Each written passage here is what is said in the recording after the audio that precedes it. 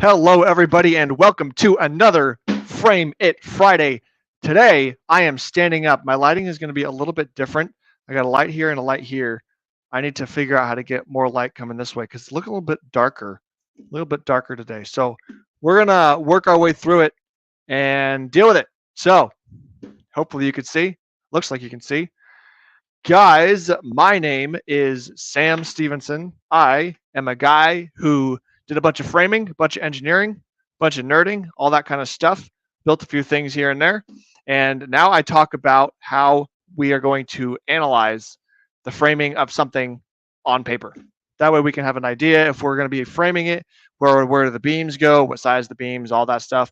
I don't necessarily go into calculations of the beams, but I do talk about where we're going to put them and stuff like that. Now, this particular project that Rapid Designs just did, that is my drafting company, was a barn dominium. This metal building actually already existed. And so that's why there's this furred out structure around the outside. But for the purposes of this show, we are going to pretend it's just a wood building, right? Nothing fancy. So that is what we're going to work with. And yeah, let's just get straight into it here, guys. Don't you know? So over here, we got the ceiling. That's where we're going to do the ceiling plan. Over here, we got the roof. That's where we're going to do the roof plan. Okay, so we start from the roof because that's the top and we work our way down. Now, we got the whole building on one sheet because it was a little building. But basically, in the front, we got this porch with a shed roof that runs up and stops on this wall. And then we have a single gable on the whole thing. We got a gable on the right, gable on the left, and a low-pitch roof. And if we look inside here at this fireplace wall detail, we can see that there's some stuff going on here. And I believe in here we wrote 10-foot plate height, and I believe the roof plate height was 12 feet. So there's going to be 2 feet of space between, let me show you a dashed line here. So you see how here we go, this is easy. This left wall and this fireplace wall are the same wall. And so if we look at where the windows are compared to the ceiling, and we drew a dashed line, that's approximately the inside ceiling line. So what I'm thinking here is we basically go up and stop right in the middle of the building. I think we lined up this peak with this center of the building. So that is actually the outline of the interior room here. So let's take a look at our floor plan. Okay. We got 12-foot plates for the roof. We got 10-foot plate for the ceiling. We got a 10-foot ceiling here. This is totally open to above. So it's effectively a vaulted ceiling. Let's pretend it is. That's a flat 8-foot ceiling. 10-foot ceiling over here, 9-foot ceiling, and 9-foot ceiling, and 9-foot ceiling. Okay, so we got flat, open, pitched, but not the roof structure, and a flat ceiling. So what does that tell us? Well, it tells us that we've got basically about 2 feet of space between, or more, between what's going on under with the ceiling and what's going on with the roof. So it's a pretty low slope roof. We don't have a lot of room to work with, but how would we analyze this? Well, on the roof plan, we want to support the weight of the rafters and the things the rafters are sitting on, which in this case would be this ridge right down the middle here. Okay. So first thought we got to have about the rafters is, are the rafters going to reach from the wall to the ridge? And if not, what are we going to do? And how are we going to support them? How are we going to build this thing out? Now, I will say, because this building is so symmetrical and so small, the smaller the building is, the less important it is for your structural members that are repetitive to be small. Let me rephrase that. On a big house, I want to try to keep the roof all 2x6s everywhere and just add a whole bunch of bracing and purlins. That way I keep the cost of the roof structure low. On a tiny house like this, if I bump all the rafters up to 2x8 or 2x10, it makes a little bit difference, but like in terms of a dollar amounts, like it's really not a big piece like of the pie. So it's really not a big deal. So my preference is going to be on the roof plan. What distance do I got? Let's see, where's my 1/4 inch per foot? It's on here somewhere. There it is. All right, so from the wall up to the ridge, we are dealing with, I got a glare. We're dealing with 16 feet. Well, that's too much for a 2x6 for sure. 2x6 is 11. I believe a 2x8 is about 14. And I forget the number in the table, but a 2x10 is probably good for 24 inches on center from the wall to here. So I would say, hey, I'm going to do my whole roof out of 2x10s, Southern Yellow Pine, grade number 2, 24 inches on center. I would check the IRC table, and I should make sure that that span works for the roof. And I'd say, great, I'm just going to do that, and then I'm not going to worry about adding extra bracing and stuff. I just need to support this ridge. All right, how do we support a ridge? We support a ridge by using purlins and braces, right? So if I have a sloped roof here, there's a ridge up here, maybe there's a purlin right here, and I got some walls here and some walls here. I'm going to use braces that go from the purlin or from the ridge down to a wall. I'm just going to put the weight from the roof down on the wall, and then I'm good. Okay, and on a ridge, we want to do that about every 4 feet on center.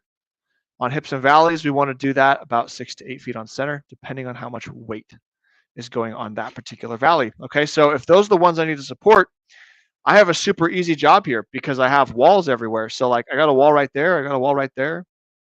And then right here, what's happening right here? Well, remember our section. What's going on right here is actually this.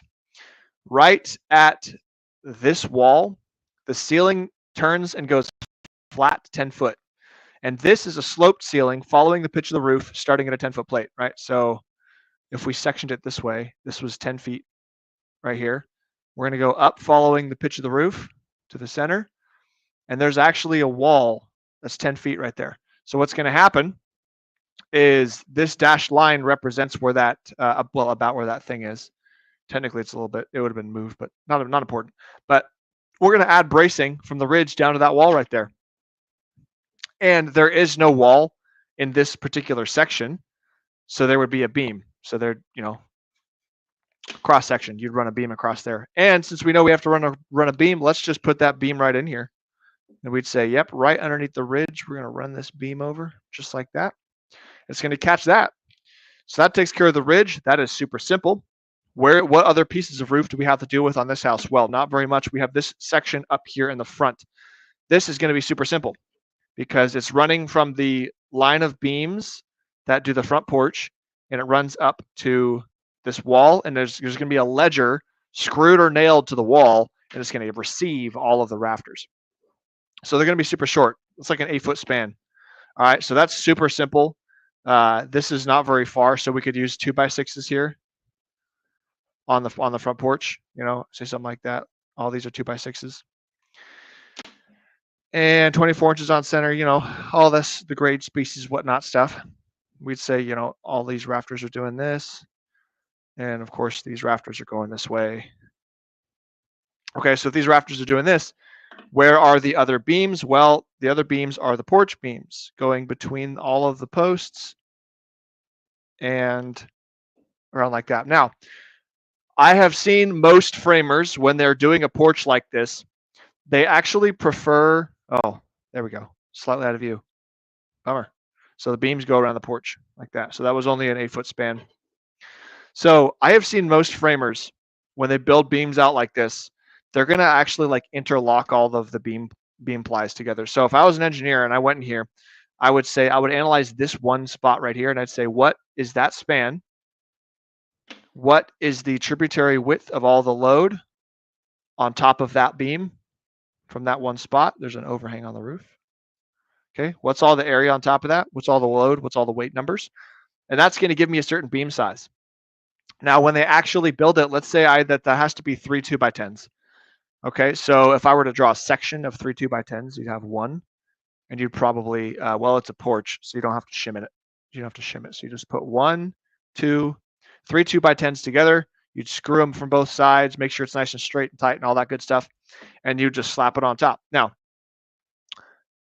if you wanted to do things kind of less ideal, you would just build each one of these as one beam, and you just stack it that way. If you're trying to do cool carpentry stuff, then you can actually basically splice different beams into each other, and all it does is increase the strength and stiffness of the whole system. So, for example, if I have this situation, I have 3 posts. I could put a beam here, and then I could put a beam here. Or I have 3 posts. I could run one member, assuming it's long enough. I could run it all the way across. And what happens is because, like, if you put the same load on this one little section, because the beam has extra rigidity and stiffness added from this like support point, it's actually stronger on this side, and it shares that. And so from the top down view, what you would see on like these posts in the center is well, let's see how long. 20 feet wouldn't work. So if you could get 2x10s in a 22 foot or a 24 foot, then you could actually run a 2x10 all the way down here, and you could run one all the way down there, and you could basically like stagger your splices.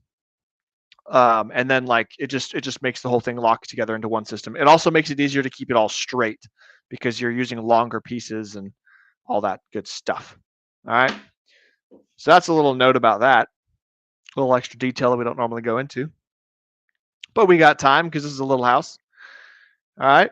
That takes care of the roof. Let's talk about the ceiling. So for the ceiling, we got vaulted back here. And so I would just say, hey, these rafters are the ceiling. So I'm just not going to draw anything in this zone. No ceiling. Now, the next thing I'm going to look for is, let's do this vaulted ceiling in the front here. This guy. Actually, let's just start on the porch. What does the porch say? It doesn't say. What do we see? Well, on the elevation, we see there's a beam here. So let's assume they have a flat ceiling on the porch. If there's a flat ceiling on the porch, there's probably ceiling joists. They're doing this. And that is most certainly less than 14 foot that a 2x6 ceiling joist can do. So we would just say, hey, these are all 2x6s. 24 inches on center. Ceiling done. Okay, let's take a look at the living room. First of all, it's sloped.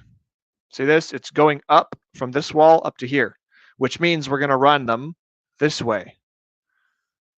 We're definitely not going to run them the other way. That would be really weird. Okay, so we're going to go up the slope.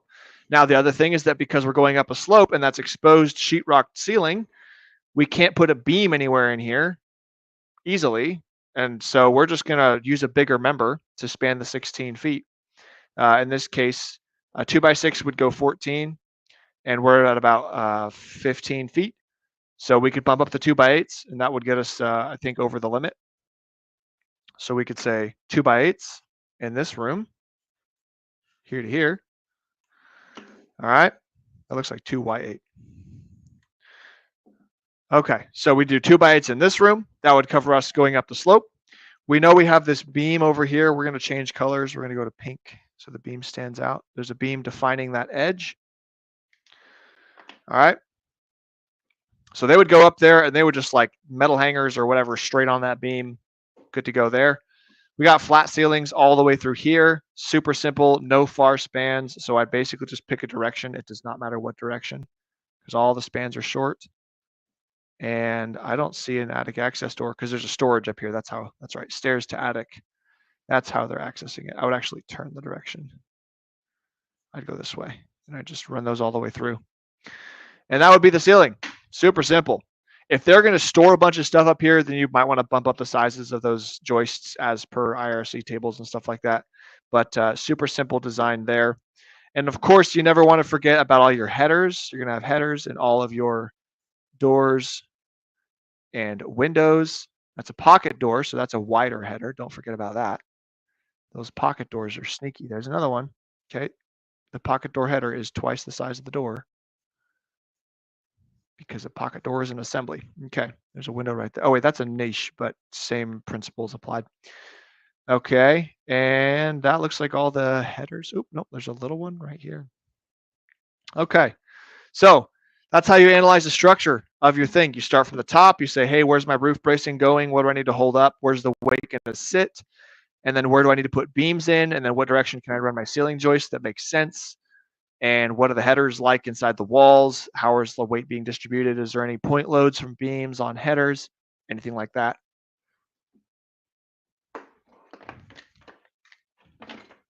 In this case, there's not. So that is this one. Super simple. If you were going to like check all your numbers and stuff, you could check numbers on all kinds of stuff. Forte Web, I'll write that out. Actually, I'll write that out in marker. Forte Web is a free online software made by Weyerhaeuser to calculate beams so that you know how to buy their products. You can go through all kinds of stuff. I've got, I think, one of these Frame It Fridays or two of them I went through, and I showed you guys how to do some beam calcs. It requires understanding loading and tributary areas a little bit, but it's something I think most people could get their heads wrapped around. And so that's how you would be able to know, like, hey, what size beams go on the front porch? Are my 6x6 posts going to be sufficient to hold the weight? You know, all that kind of stuff. Are my, you know, studs good enough? Are my beams good enough? All that good stuff. And because we would know this wall would be balloon framed if it was wood framed, and the studs go all the way up, what you would do is you'd actually say, hey, what's my tallest stud height? And if it's really tall, do I need to bump up the stud size because my whole wall is going to like bow in from the wind load and stuff like that. So that's all stuff that can be figured out. But that's all I got for today. Hopefully this has been helpful. This was a little bit of a smaller one. Hopefully I'm going to get some bigger ones coming through here. I've got a few that are in the queue. So we will see what comes up next week. Thank you guys for joining, spending your valuable time here, supporting, watching, learning, all those great things. And so I'm going to take us out, and we'll do this again next week. Thank you guys.